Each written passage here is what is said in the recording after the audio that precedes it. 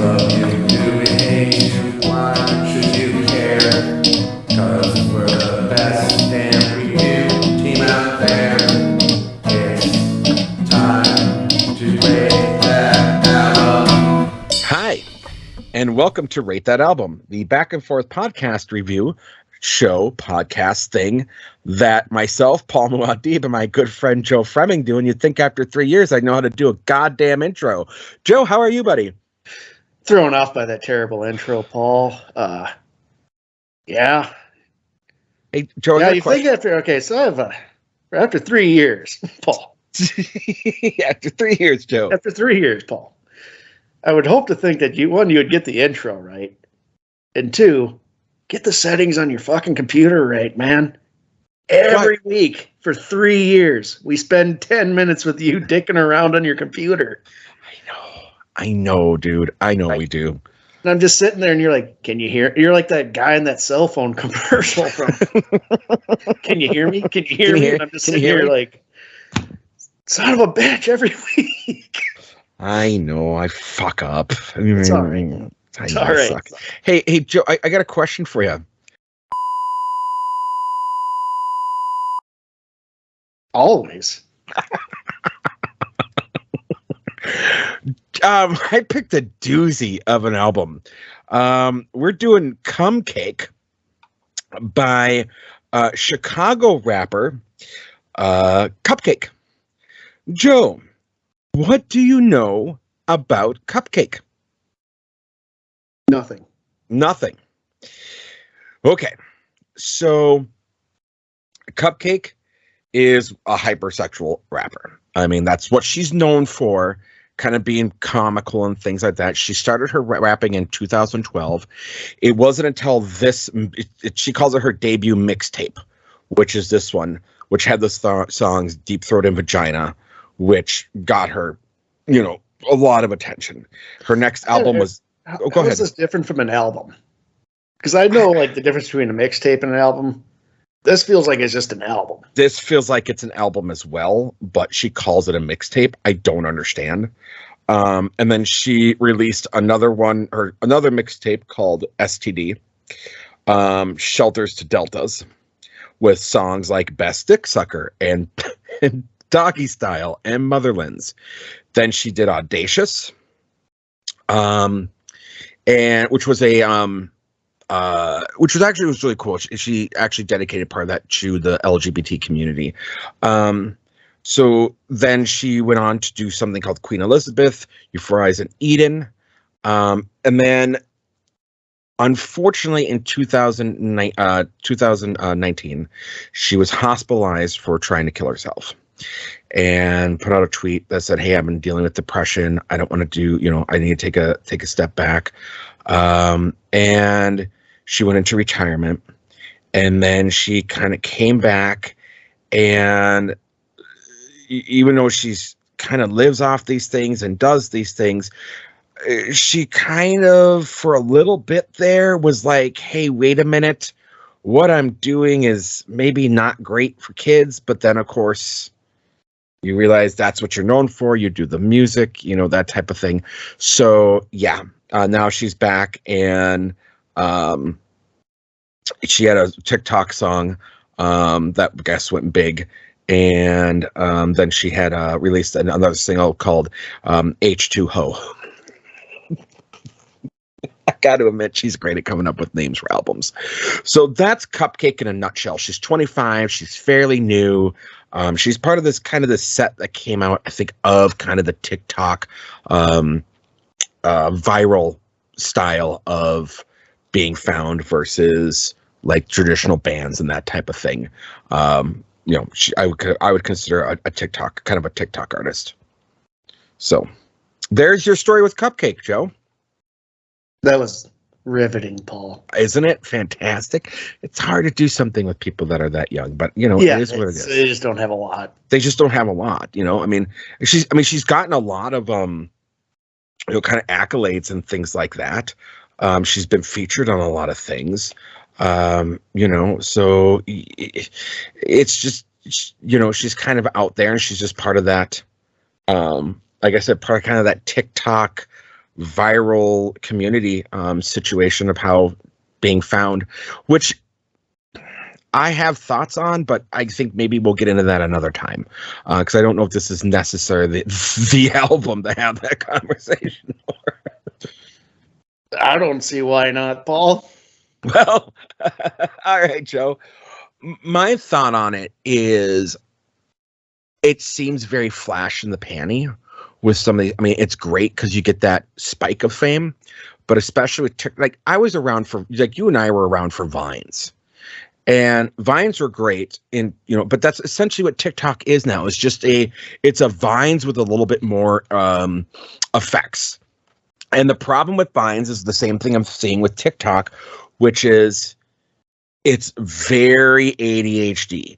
Your 15 minutes of fame is a very short window in that realm. There's a lot of bands that are like, hey, we came out with this, but then a lot of them don't stand the test of time because people are on to the next, onto the next.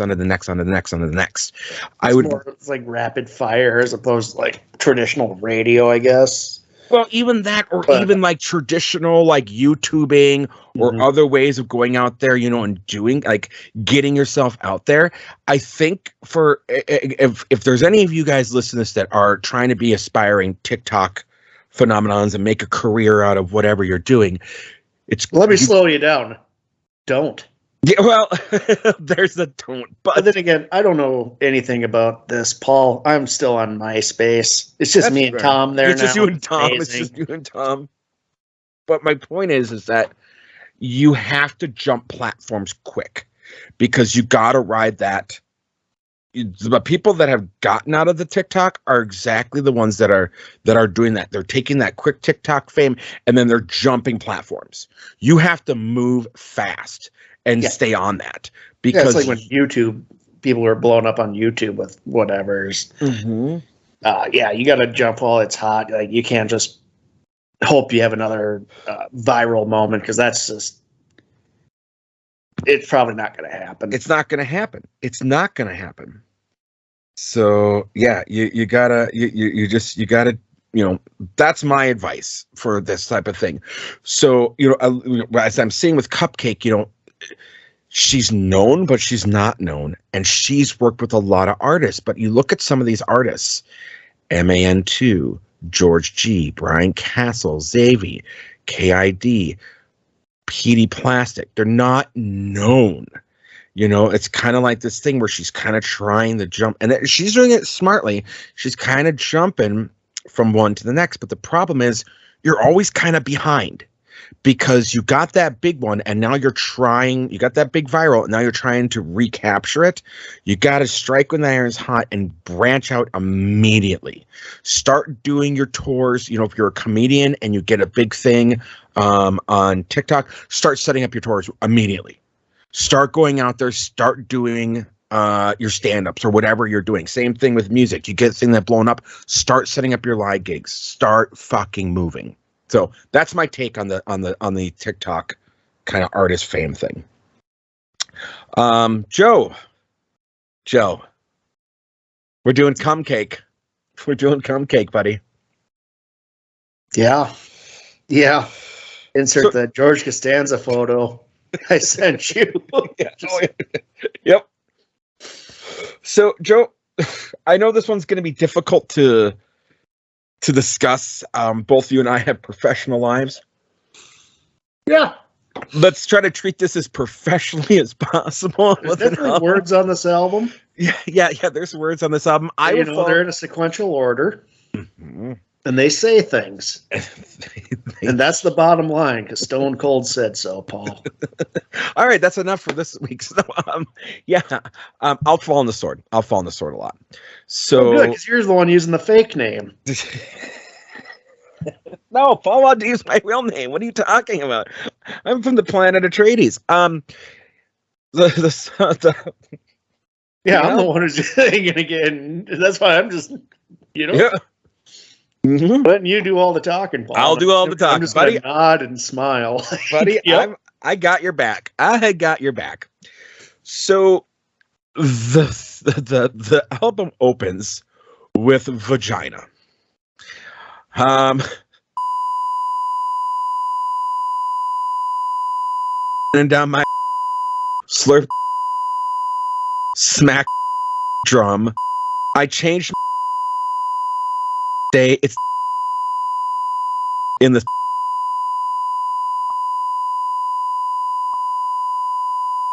bay. This is circus. Drop something, pick it up slow on purpose. Yeah, you said a bunch of words there. I did like say get you canceled. A bunch of words. Yeah, you shouldn't fall. Like, I'm just gonna put that out there. I'll bleep it. I'll bleep it, buddy. All right. You go ahead and do that. I heard it though. I heard no, it. you didn't. No, you didn't. I bleeped in real time. The point is. So here's the thing. Like, with the album title, what it is, you know exactly what you're getting. Yep. And one of my best friends, he's really into hip hop like this, like the really sexually explicit stuff. Mm-hmm. And, I lived with him for a couple of years. And, so I was in the early 2000s, I heard, Little Kim and all that. Mm-hmm. And my first response was like, this was already done a lot better 25 years ago. Yep. It's really, this is like it. I don't know how you managed to do this, Paul, but you picked like a sexually explicit album that's boring. That's boring. I don't even know how you do this, Paul. Like, I swear you're just like testing me.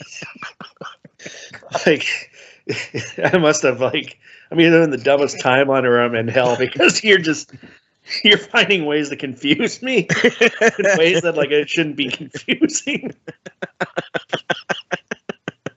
Oh, Joe. I knew right away. Yeah, that this was what was gonna happen with this one. I was hoping it would be a little more clever. I knew it was. But she's still young, so maybe here's she's got really good flow. She's really good at what she does. It's just nothing really interesting is being done with it. That I just struggle with that. It's like technical guitarists. Yeah, I see the talent, but unless you're doing something like you have to do more, you have to be more than technically good to impress me. Yeah, I mean, you get lines like this. He's dreading. Jesus, Paul, just down with the lyrics, all right? He's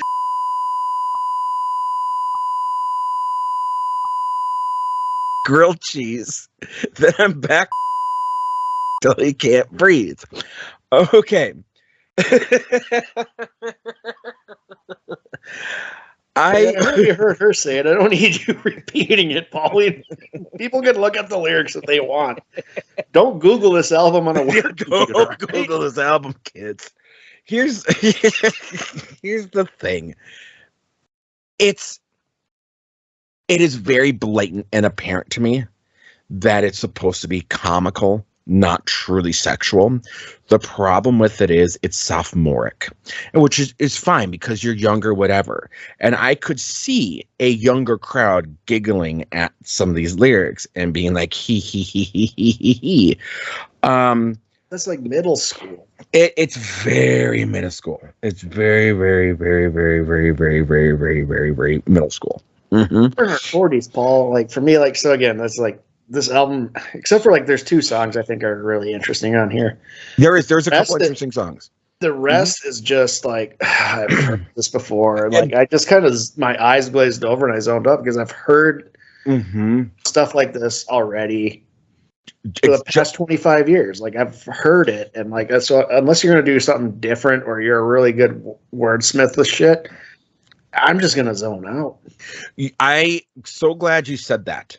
Because there is 19 tracks on this album. And truthfully... I only get the 15-track version, Paul, so you're going to be talking about 4 tracks that I didn't hear because I didn't go with the deluxe version. Oh, all right. Well, no, fuck that. Then I'm out. I'm not going to talk about them. No, we can have you. We can recite the lyrics of those 4 songs. No. But point is, though, is that really for what is being sold as CupcakKe, as a sexually explicit album, on this, really only 4 tracks are truly in that nature.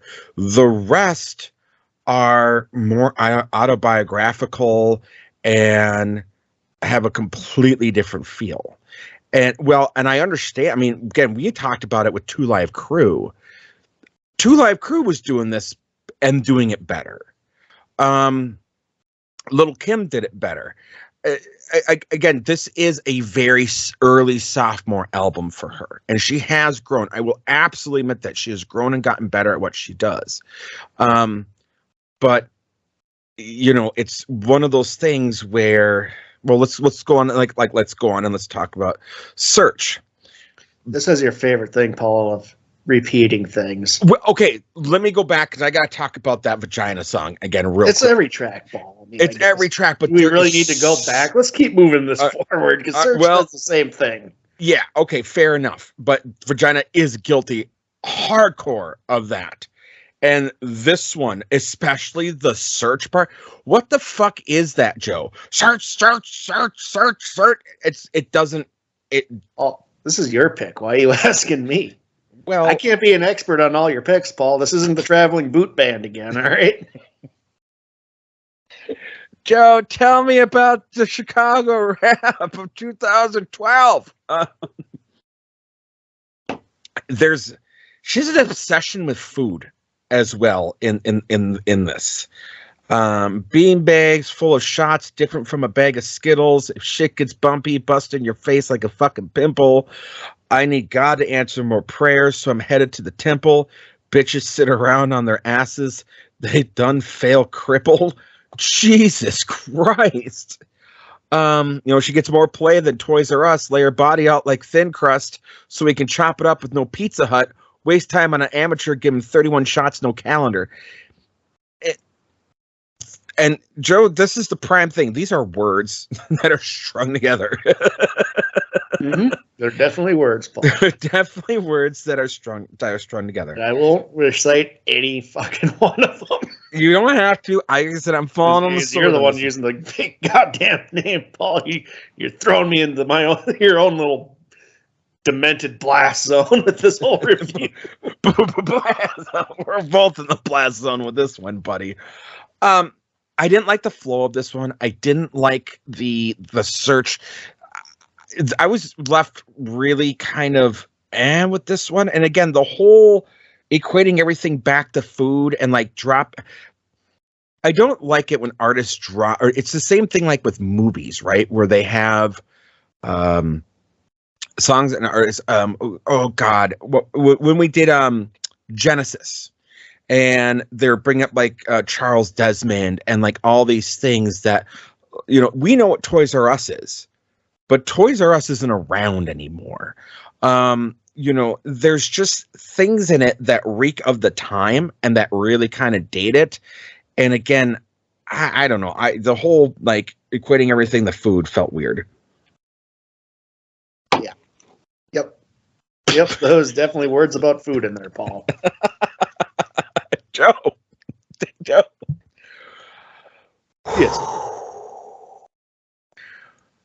We are on to the next track. Yeah, this was actually an interesting song, despite the title. This was one of the two I thought were interesting. Mm-hmm. I have to agree with you. I'm not going to say the title. All right, you say the title. I mean, that's the name of the song. I'm not. Yeah. Not the saying name of the song. Anybody's one or whatever. I'm just saying that's the name of the song, Paul. That's the name of the song. Yes. Objectively, that's the name of the song, Paul. Objectively, that's the name of the song. There's no hidden agenda when I said that word, Paul. It's just the name of the song. Wow, you are channeling your inner Norm Macdonald tonight. I'm just saying. It's the name of the song. All right. All right, Paul. Paul, you're going crazy on me again. All right. All right. But yeah, this is an interesting song because I'm guessing it's autobiographical. I'm thinking so.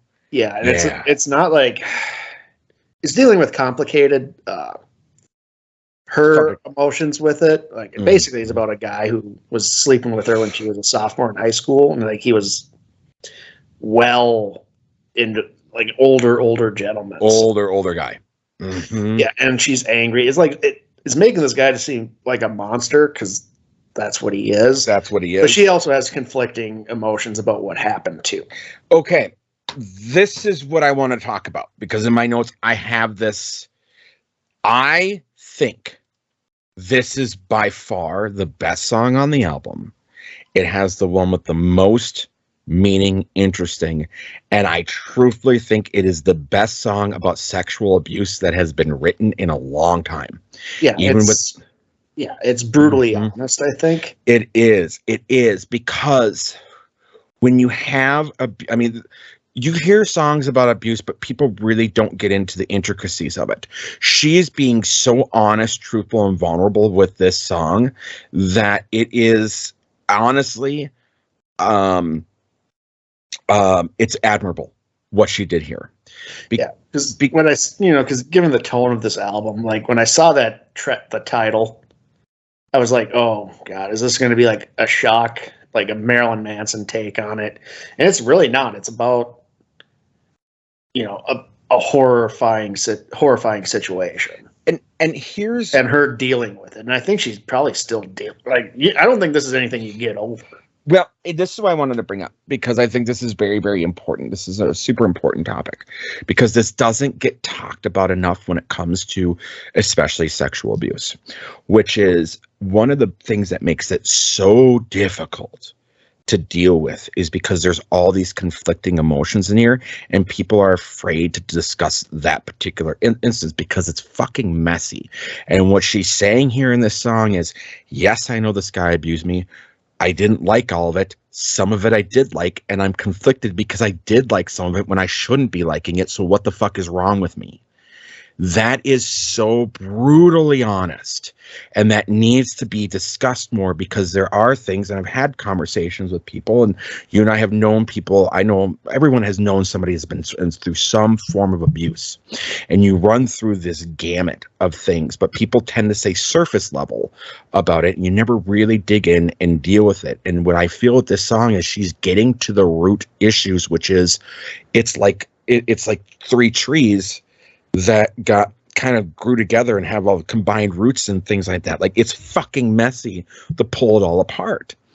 And this song is just brilliant in getting into that. Yep. So that's, I commend this song a lot. And it, again, it comes across and you think about it, you go, oh my God. Then you listen to it and you go, holy shit. I think she did herself no favor by naming it what it was. And is, but that's the vibe she's going for. Well, I mean, dude was a pedophile. Well, yeah, but the thing is, she mentions that word like once or twice, but what's the main thing she says throughout the song? Promise me you won't tell. Promise me you won't tell. Promise me you won't tell if I take you to the hotel. Brainwash me what you tell me, what you mean. I was 15, you played me like R. Kelly.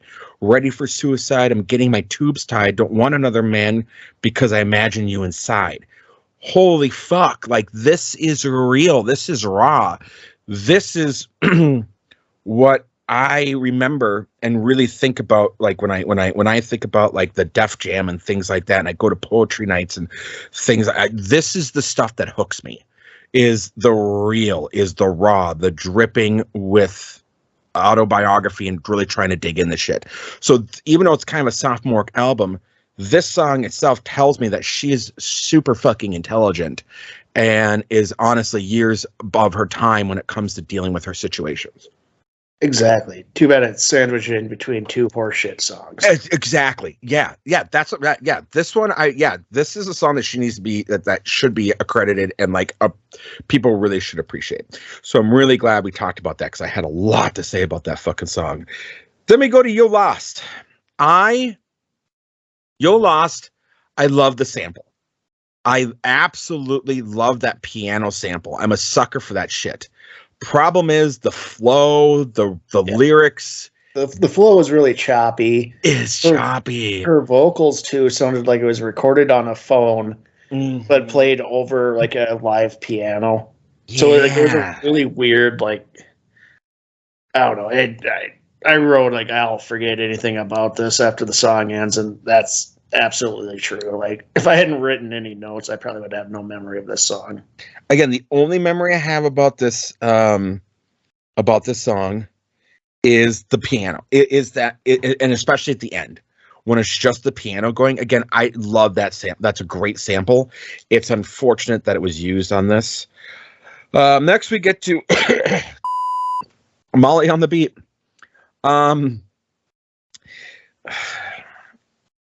It's a song with lyrics, and I sent you the video.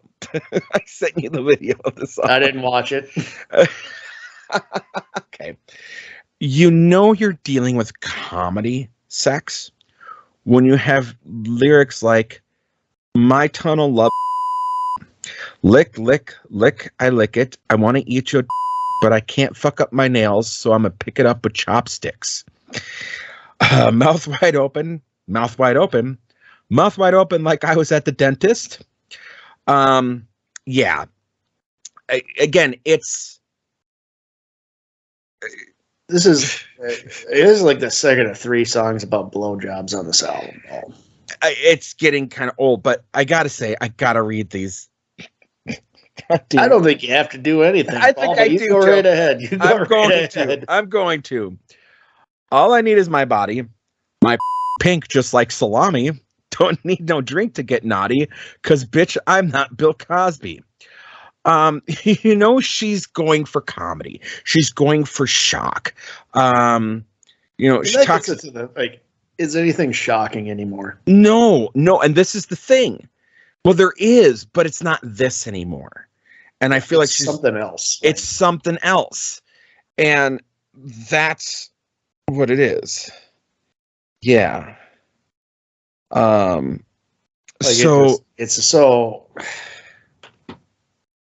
It's been done 100 times. It's been done so often. Again, it's just like it's wallpaper to me at this point. Where like you go from something like track 3 where it's actually dealing with like deeper things, and then you get to this, and you're just like, yeah. And again, all right, like I'd be more interested in like a more full blown like non-sophomore comedy sex album, and like more like here's some real shit. Like, but that's just me. No, I'm with you. I am completely with you. It doesn't work. It just doesn't work. So next we get to Life. Okay, and this is when I realized one of my biggest issues with this album. Everything really on this album, production and flow wise, and it's so reminiscent of hip hop that came out in like 2002, 2003. Mm-hmm. And it's frustrating because music should be moving forward. And I get frustrated when things just kind of don't evolve. And like hip hop has evolved, but it's just weird that hearing something like I would have heard at some shit college bar in my early 20s coming out in 2016. Mm-hmm. That's just frustrating. It's 100%. You're 100% correct. This has that old school kind of, 2000. And the thing is with this one is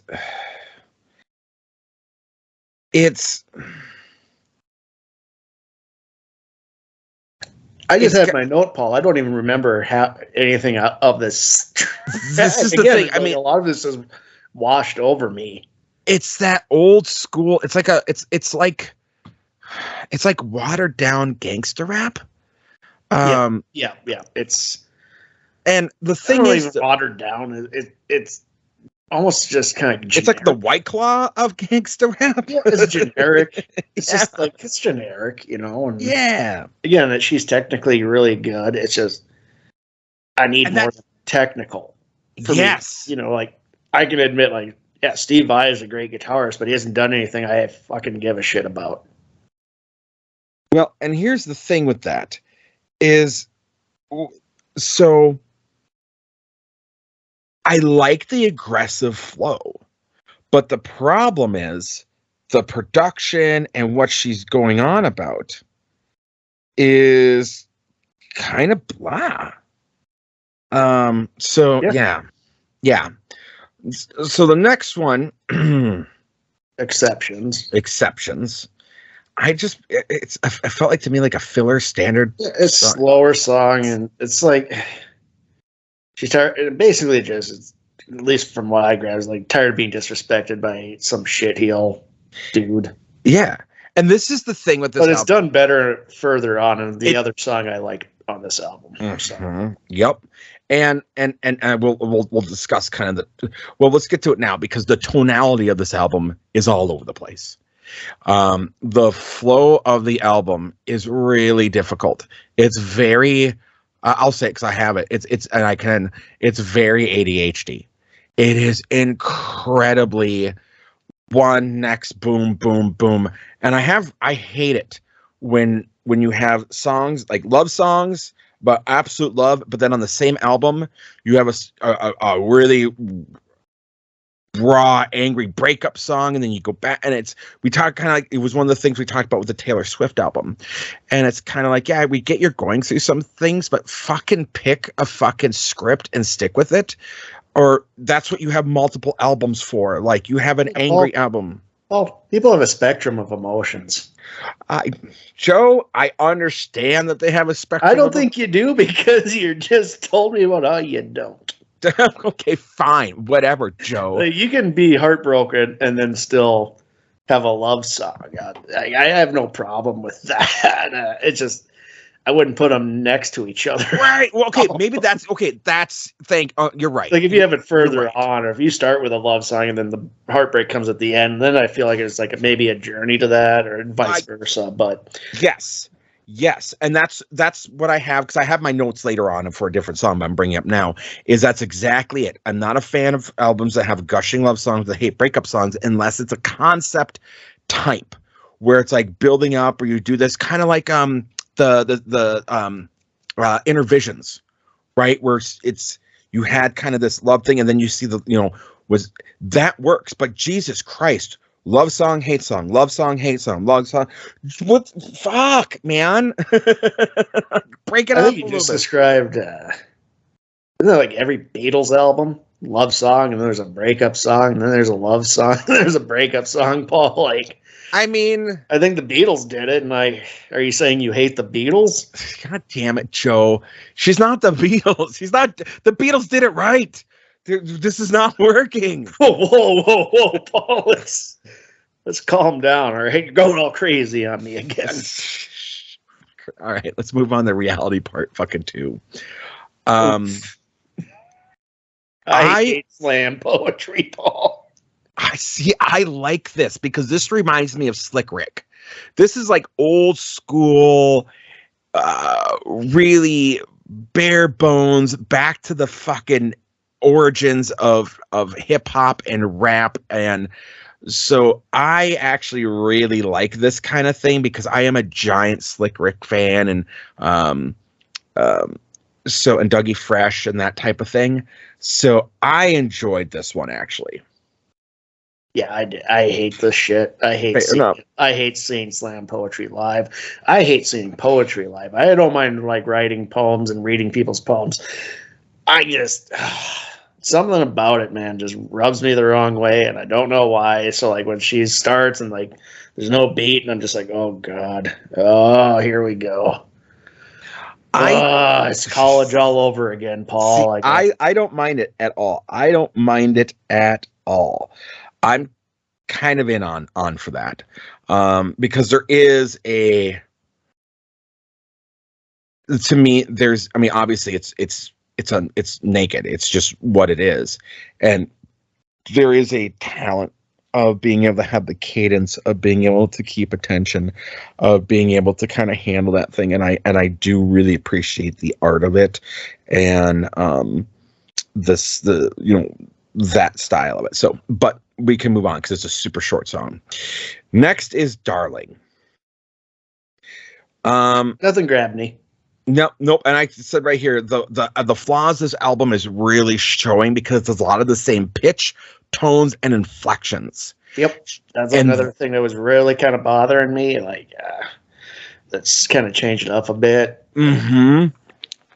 Yeah, she's using a lot of the up tones, the way the flow is going, the pitching, the way that where she's staying when she's doing her thing, and she's going like this, and then it's very much the same throughout it.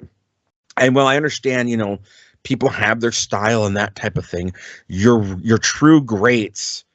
Look at Jay-Z and what Jay-Z can do. Look at Kanye, even though he's fucking batshit. Look at what Kanye can do.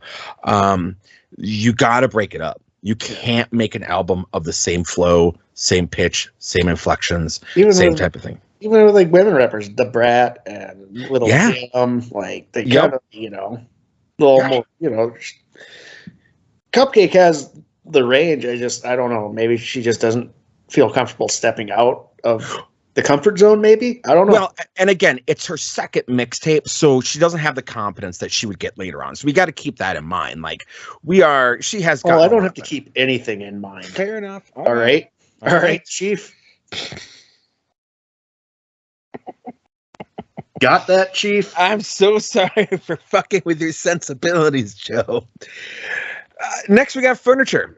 This was the song. This is the other song I really like. This, actually, I was, because I was just like blurring. My eyes were like glassed over. Yeah, because it was just the slam poetry, and then Darling, and then I started listening to the lyrics, and I'm like, I really like this song. Like, it's basically she doesn't want to be treated like an accessory or a piece of furniture in a place. Like, she's a human being. She's a human. And I really like that. I think what she did here was really clever and really good. Mm-hmm. I like this. I like this. Completely agree with you. Yeah. I want to go, but the car seats are taken. That just mean that it just seemed like a vacation. Yo, I'm your bitch, but I'm sitting in the basement. Apparently you busy. It's driving me dizzy. Turn your back on me, then you turn to her. You don't take me out. You just leave me in the house, sitting in there like a piece of furniture. Very, very well done. Very wonderful analogy. It's really, really great what she did here. And again, there are those flashes in this very truly her sophomore album, those flashes of what would be great. And I like this stuff. Like, it's more under, it's not, because a lot of it's like surface level. This is like digging a little deeper. That's where I'm like, it's like, again, my eyes were glassed. I'm like, all of a sudden the lyrics are just hitting my ear, and I'm like, wait, what? She's doing something awesome here. So, again, unfortunately, it's sandwiched in between two horseshit songs. And again, this is you and I have talked about really the importance of brushing our teeth. Yes. The eating our vitamins and saying our prayers. You know it, brother. Eating strip club sushi. I wonder where she stands on strip club sushi. Mm-hmm. Well, I mean, she likes a lot of food. I mean, she does talk about having to use chopsticks. Tweet at her, Paul. I'll tweet at her. Yeah, let me get my let me pay for my blue fucking check mark. So I was gonna say sequencing. With sequencing an album is super important. And this goes to show when it's not, Joe. When it doesn't work. Well, I mean, it's also not very good songs with two good songs. I mean, no matter how you would sequence this. Yeah. I don't think it saved it for me, because the other shit just, it's there and it's whatever. It's wallpaper. Like I said, it's wallpaper to me. Mm-hmm. Yeah. I agree. I do agree. The next one is Image. How about that British accent, Paul? I actually enjoyed it. You son of a bitch. I did kind of enjoyed it.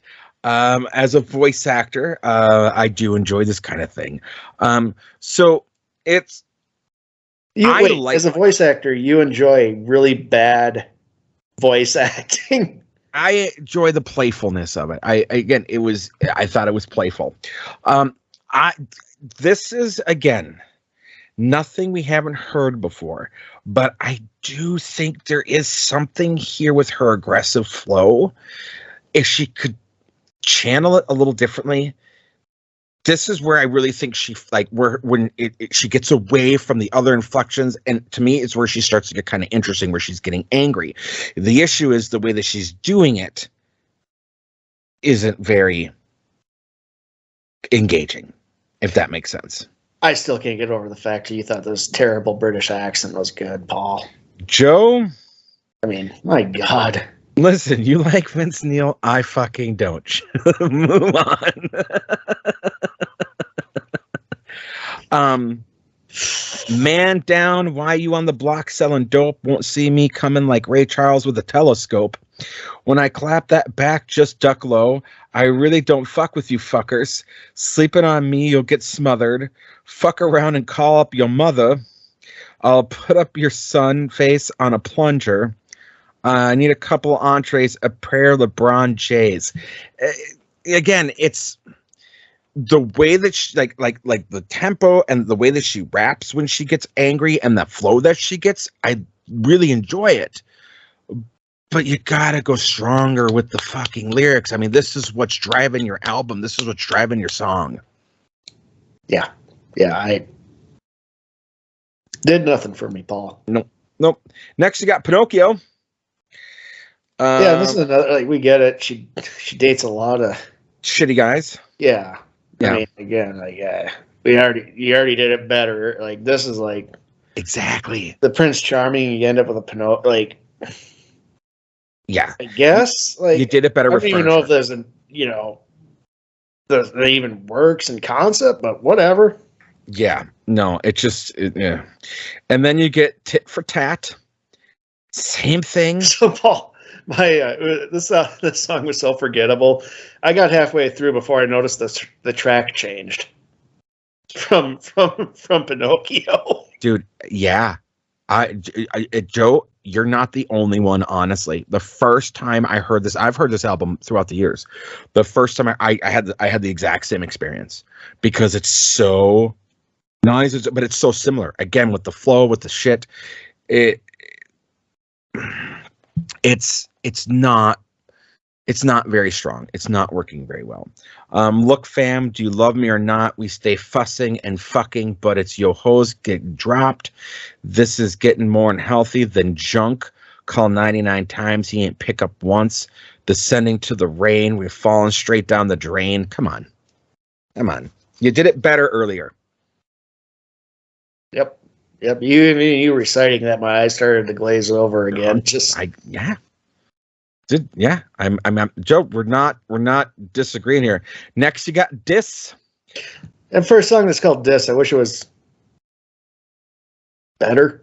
Yeah, I mean, again, I could see her when I listen to this. I could see her being like in a rap battle and being really good at it. Yeah, yo, Big Bird, how you feeling? What happened to climbing poles to the ceiling?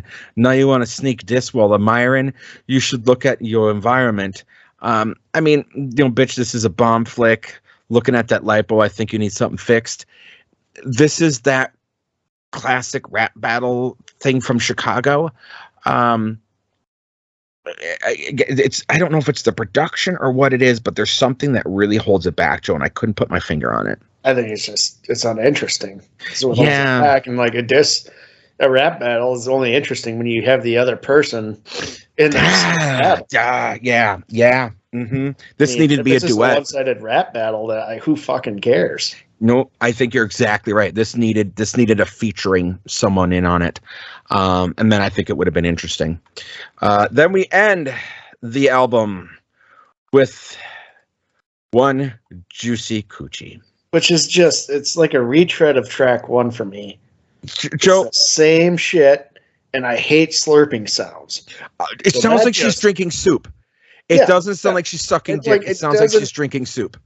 Yeah, it's like an old man slurping soup, and like that's like it just kind of grosses me out. Like I hate that sound, and like it's just like it's not provocative. It's not interesting. You're just adding noise, and I don't entirely know why. Yeah. Joe, I'm going to bring up something here, and this is nitpicking. Oh, you're going to nitpick well, I'm not going to say the name of the song, Paul, because these are definitely song titles with names, objectively. I'm going to nitpick. Objectively, these are song titles, Paul. Objectively, these are song titles. And objectively, these are songs with words. And objectively, sometimes there's a beat. You got a point there. I want to point out that she had a song called Deep Throat. Okay. She had a song called Deep Throat. Now, this one's called Juicy Coochie. The thing is, with this song called Juicy Coochie, it opens with shove down the so my tonsils rip. And I love circle my tongue around your. I said shove down the so my tonsils rip. Why? Why are we going back to the blowjob when you have a song about your juicy coochie? It is. It's just like I said. It's a small nitpick, but why we have it's. And again, it's not sexy. It's just sophomore. Paul, do you not believe in a little foreplay? Fuck. God, Paul. No, I don't. Embarrassed now. Let's get this right down to business. We're getting to the drilling for oil now, motherfucker. To quote Life of Brian, what about a kiss? Before we just start barging down. Time. Give you the best sex, swallow. Hope it don't stick around the front of my neck. Pound, pound. I like to get cracked real hard, so excuse me if I to make my thighs shake like jello. Egg roll. Back to the food, back to the blowjob on a song called Juicy Coochie. It's just had those this. Definitely words. They were definitely words. Objectively, those were words, Paul. I can't believe I'm fucking saying these lyrics. The absurdity. Let me just say it for the record. I did not recite any lyrics. You did not recite any lyrics. I only said the one song title. Yes. That is objectively what the song was called. Yes. Joe has done nothing wrong this episode. He has been very, very, very, very professional. I have been the one reciting the lyrics and being absolutely disgusting. My point is that you had 4 songs and they're all saying the same fucking thing. And we ran into, again, we talked a little bit about it with Two Live Crew, where we said you could only do so many sex songs. And the thing is, they did a whole album of it. And there was differences and there was things and there was nuances. And we both recommended that album. You got 4 here, all labeled 4 very different things. And they're all saying the same thing. That's how I feel about every Bob Dylan song. Joe, I can respect that position. I can absolutely respect that position because it's a lot of the same treading that he does. You're absolutely right. And so I don't know. Honestly, I think she would be better off either going a full sex comedy album or doing like an autobiographical, angry, aggressive album. But doing it like this, it just doesn't work. Yeah. Yep. Those are words, Paul. Those are words, Joe. This was an album, Paul, and you talked about it, and I was here. You did. You were here. Thank you. You just talked me through a few things that I was struggling with, Joe. So the aftermath, we've kind of talked about it. This. How was it received, Paul? They're really, again, because it's more viral and not rated like from like album sales and like things like that. This is the album that got her attention.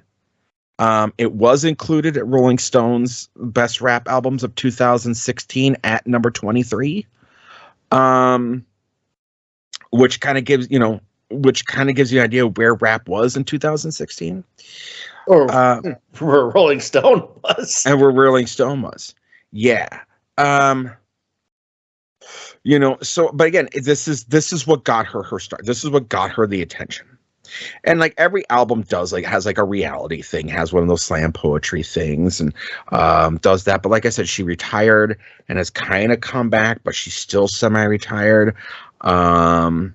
Yeah, and you know, I mean, she has kind of gone after. There's a song called "How to Rob," and it seems kind of interesting that she attacks Megan Thee Stallion, Lizzo, and Little Kim when you should keep Little Kim's fucking name out of your mouth because she's the pioneer of this fucking style of music.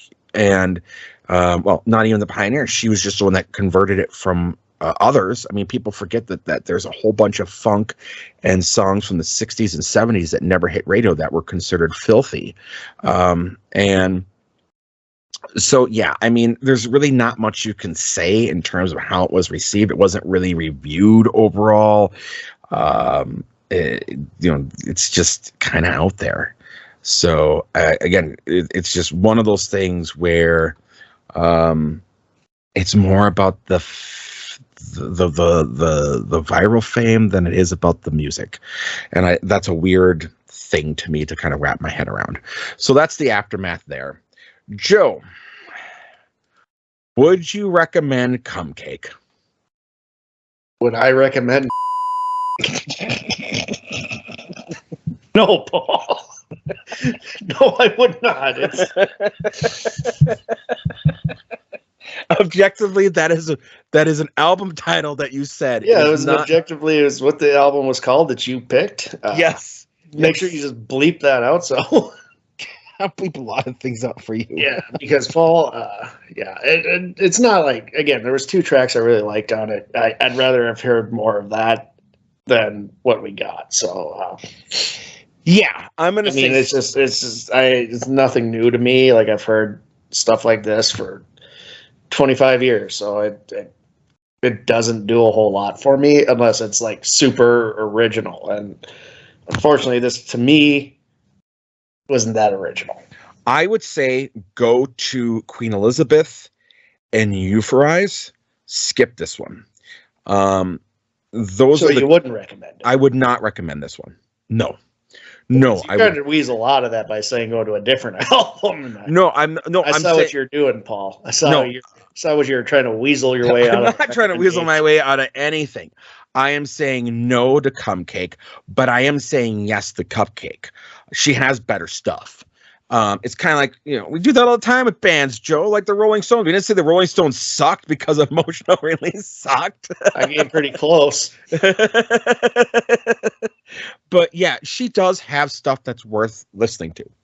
And that's important. Euphorize did actually chart. That one did make it in the US and the New Zealand charts. So absolutely, she has things out there. But to go back to this, it's one of those curious origin stories again, where it's like you can see where someone was coming from, where they have the flashes of brilliance, but they didn't have the polish and the ability to bring it all out. But you can see the good stuff's in there. And we've done plenty of albums like that before, and this falls into that category. It's just we haven't done one that's this fucking filthy and you can't fucking talk much about, Joe. Yeah, honestly, I probably won't look into anything else from CupcakKe. I don't blame you. I just don't care. I guess again, this is a genre I've heard enough. I just have no interest in it. It's not targeted for me, and that's all right. Like people like it, that's great. It's just not for me. No, and that's legit. And that's for perverts like you and your country club friends, but not for me, Paul. Yeah, you know, I mean, we like our Chardonnay. We like to talk about juicy coochies and make fun of Motley Crue. Yeah, looking down at us working men. Yeah, absolutely. Well, we hang out with Hulk Hogan. It's just what we do at the country club. Strip club sushi and having wasabi farts. Joe.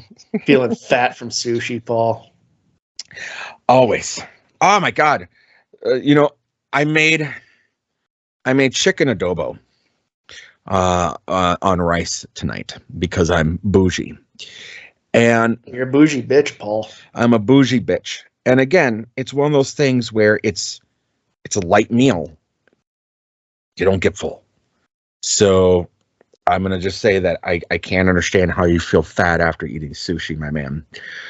Joe, do you have any plugs, sir? No. Okay. All right, Joe. I'm going to have to do a lot of editing on this fucking episode. Yeah, I don't blame you. He picked a doozy. I just sat here and stared and chose my words very carefully. Okay, guys, I'm going to pull the curtain back a little bit. I could see Joe, for a lot of it, he just had his mic off. I turned the mic off because because I go back and listen to these and I catch myself like either breathing a little heavy or I'm taking a sip of soda. Mm-hmm. So that's why I turned the mic off. I like that. You're more professional than I am. I just leave all the warts in.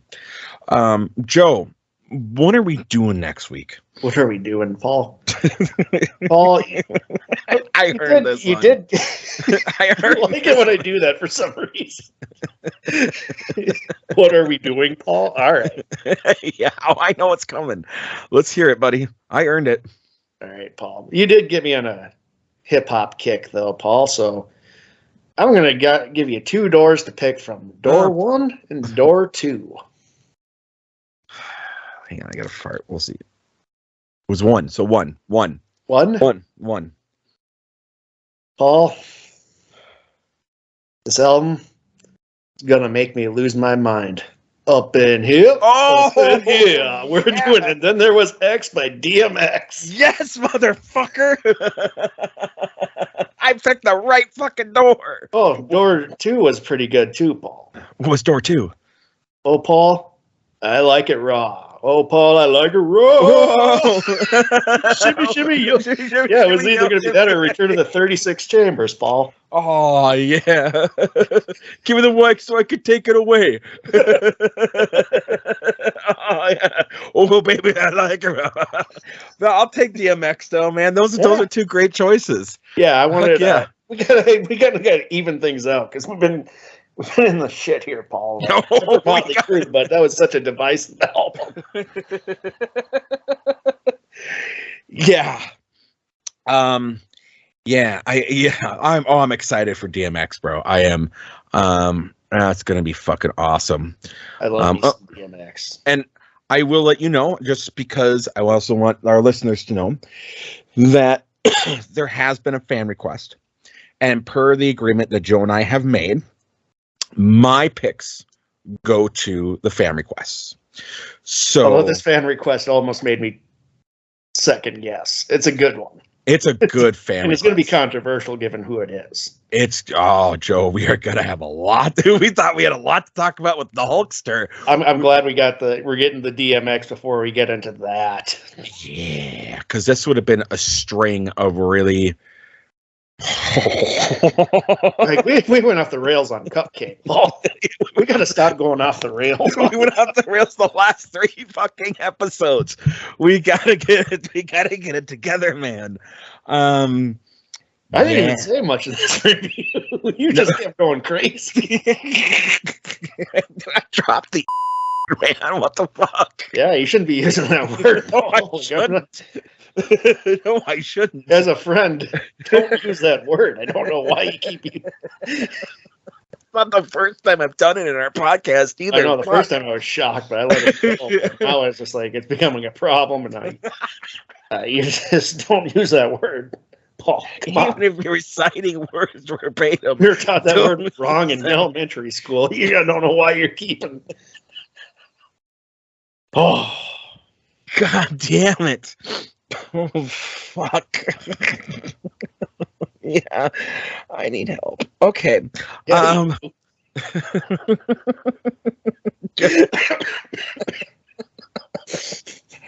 Oh, stop it. Get some help. I'm giving you emotional damage. Fuck. Oh shit, Joe.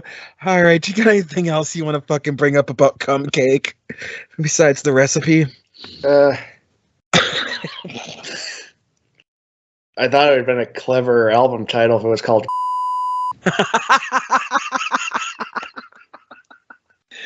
That'll be the next mixtape she does. I mean, it's right there. I don't know why she went with cake, but I'm not the artist. I'm gonna guess cake farts, dude. She Cake seems like the type. What She the fuck are seems you like the type. talking about? Cake farts, man.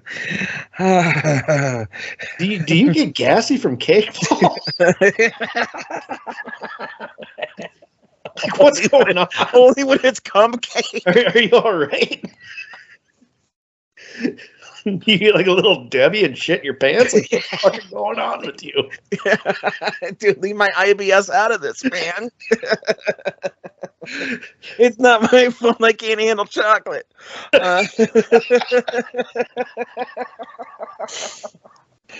Oh, fuck. Joe, do you want to take us out? Oh, do I want to take us out? Did we love you? Did we hate you? Do you even care? Yes, you did. We're the best damn review team out there. How did we rate your album?